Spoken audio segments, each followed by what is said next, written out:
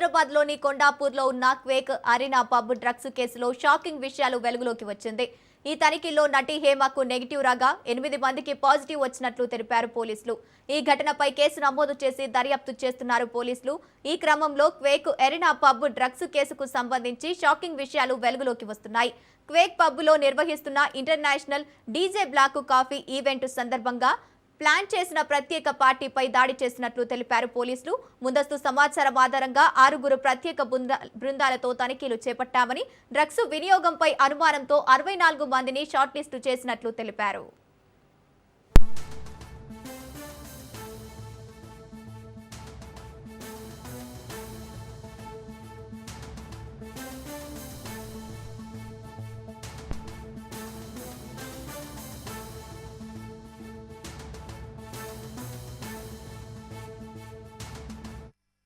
స్పాట్లో 8 మంది డ్రగ్స్ వినియోగదారులను గుర్తించామని, అనుమానితులను ఎబాన్ యూరిన్ టెస్టు కిట్లతో పరీక్షలు నిర్వహించామని తెలిపారు పోలీసులు.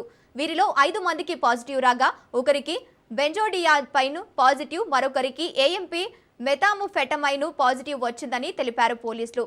మొత్తం 8 మంది డ్రగ్స్ వినియోగం చేసినట్లు నిర్ధారణ అయ్యిందని పోలీసులు తెలిపారు. నిందితులను గచ్చిబౌలి పోలీసులకు అప్పగించామని, ఎన్డీపీఎస్ చట్టం 8C, 27A, 27B కింద కేసు నమోదు చేసి దర్యాప్తు చేస్తున్నట్లు తెలిపారు. డ్రగ్స్ నెట్వర్క్ పై సమాచారం సేకరిస్తున్న డ్రగ్స్ వినియోగదారులను వారి తల్లిదండ్రులకు సమాచారం ఇస్తామని తెలిపారు పోలీసులు.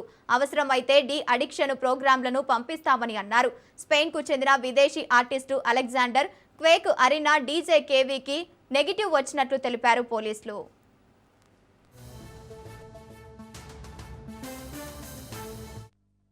రైట్, ఇక ఇదే అంశానికి సంబంధించి పూర్తి డీటెయిల్స్ మా ప్రతినిధి పవన్ ఫోన్ ఇన్ ద్వారా అందిస్తారు. పవన్.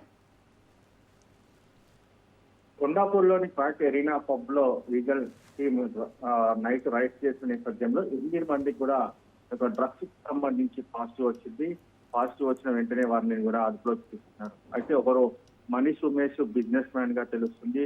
మరోవైపు చూస్తే రిషబ్ అనే ఒక వ్యక్తి బిజినెస్ మ్యాన్ గా తెలుస్తుంది. అభిషేక్ తో పాటు మరొక పృథ్వీ ఈయన కన్స్ట్రక్షన్ సంబంధించిన వ్యక్తిగా చెప్తున్నారు.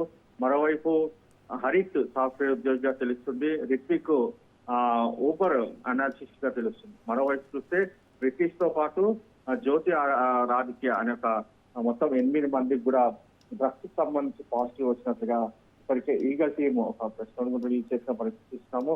మొత్తానికి వీరిని విచారించగా డ్రగ్స్ ఎక్కడెక్కడ సేవించారు, అంతేకాకుండా ఈ యొక్క డ్రగ్స్ ఎక్కడ కొనుగోలు చేశారు అనే దానిపైన ప్రధానంగా ఇంకా ఇన్వెస్టిగేషన్ కూడా చేస్తున్నారు. మరోవైపు చూస్తే ఈ కేసు